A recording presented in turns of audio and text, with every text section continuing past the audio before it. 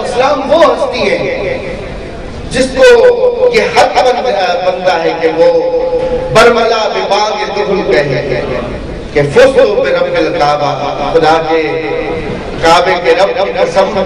خدا کی قسم میں کامیاب ہو گیا۔ یہ مولا علی علیہ السلام ہی ہیں کہ جو اس مرحلے میں مشکل وقت میں یہ اظہار کر رہے ہیں اور توجہ دلا رہے ہیں کہ میں جب جا رہا ہوں پھر بھی خدا کے قریب جا رہا ہوں۔ کثیرہ میسر نشد این سعادت در کعبہ ولادت و در مسجد شہادت۔ یہ فقط مولا علیہ السلام جسے آپ جانتے ہیں 19 کی رات کی اور مولا کا افطار کا برنامہ پروگرام اپنی بیٹی جناب ام کلثوم کے ہاتھ،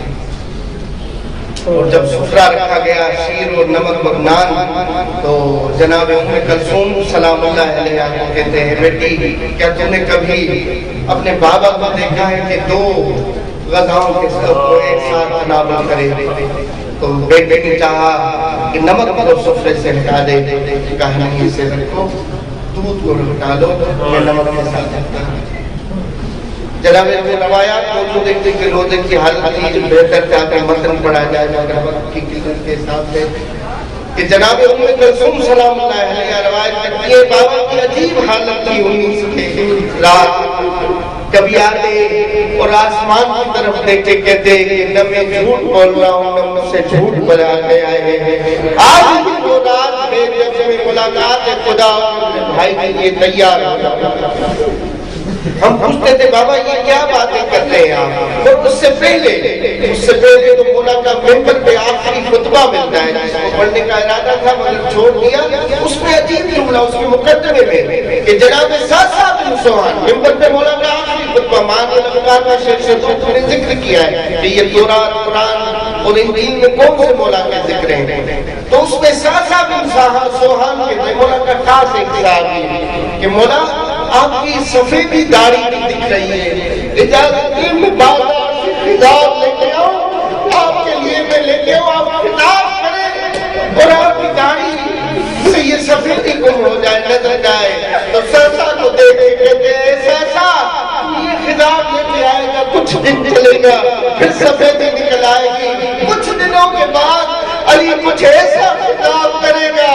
جس کا رنگ قیامت کے دن جا کے اترے گا۔ میں جب اپنے بھائی کے سامنے جاؤں گا کہوں گا اے بھائی مصطفیٰ تیری امت کے لوگوں نے تیرے بھائی کی داڑھی کو اس کے خون کے ساتھ خطاب کر دیا ہے۔ خدا آپ کا رونا قبول فرمائے۔ مولا علی علیہ السلام کا خلاصہ کرتا جا رہا ہوں، اس ایک مقام میں لے کے آنا چاہ رہا تھا کہ مولا علی علیہ السلام آئے مسجد میں، اس اشکل قلیل والآخرین نے ضرب دلائی، مولا علی علیہ السلام نے فزت برب الکعبہ کا نعرہ لگایا، اس کے بعد نماز پڑھی جو روایت کے جملے ہیں کیونکہ روزے کی حالت ہے اور عادت ہے روزہ آپ جانتے ہیں جب ہوتی ہے بات پڑھتا ہوں مولا کو جو خاص لے کے آئے ایک چٹائی جو کھجور کے پتوں کی، مولا کو اس پہ رکھ کے لے کے آئے، روایت کو میں نے اپنی آنکھوں سے پڑھی ہے۔ اب جیسے ہی لے کے آ رہے ہیں صحابہ کا مجمع ہے اور مولا سب کو کہہ رہے ہیں مولا اپنے فرزند کو گھر سے دور رکھاؤ، خدا جانتا ہے اس کی علت کی علماء نے نہیں لکھی، شاید یہ ہو کہ ان کے رونے کی آواز سن کے جناب زینب کلثوم تک یہ خبر نہ پہنچ جائے کہ ان کے بابا بچنے والے نہیں۔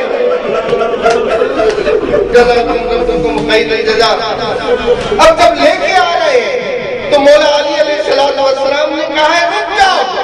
مولا حسن حسین نے کہا بیٹا یہ چٹائی سے مجھے اتارو، مجھے تھوڑا سہارا دو، میری بغلوں سے آ کے لو، میں خود اپنی قدموں پہ جانا چاہتا ہوں۔ یہ بھی روایت ہے جملے نہیں، علماء فرماتے یہ مولا نے شاید اس وجہ سے کیا تھا تاکہ اپنی بیٹیوں کو دلا سکوں، باپ بڑے وہ سمجھ سکتے کہ میں اپنی بیٹیوں کو دلا سکتا ہوں کہ میں شیر خدا ہوں، یہ لڑ لڑی لگی ہے کچھ نہیں ہوا، مگر جیسے ہی مولا بھی نظر آتے بیویاں رو پڑتی ہے کیونکہ روایت میں لفظ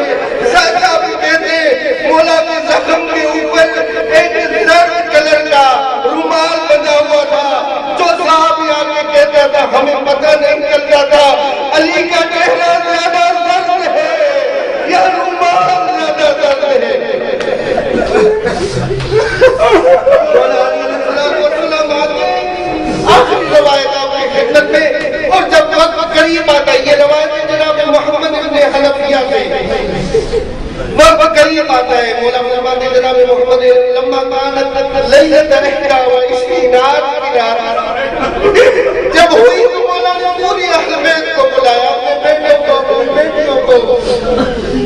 سب کو اجتماعی وصیت کی، پھر خصوصی وصیت کا حسن بیٹا ادھر آجا، حسن مولا کا ہاتھ پکڑا ہے اور ہاتھ پکڑ کر اس کے دل کو تسلی دینے کے لیے تاکہ باپ کا زخم بھول جائے، باپ کی مصیبت بھول جائے، اور کہتے ہیں ولدی الحسن، اے میرے بیٹے حسن کا اپنی فکر، تو سمجھتا ہے فکر مجھے اپنا کر دے،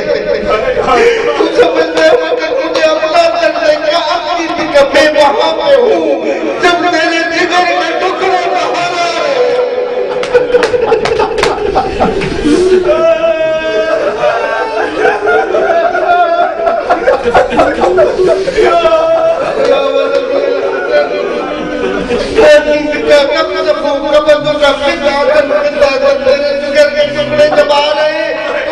مجھے اپنا تیرا درد بھی مجھے یاد ہے، میں اسے محسوس کر رہا ہوں، پھر ایک طرف سے کربلا کے شہید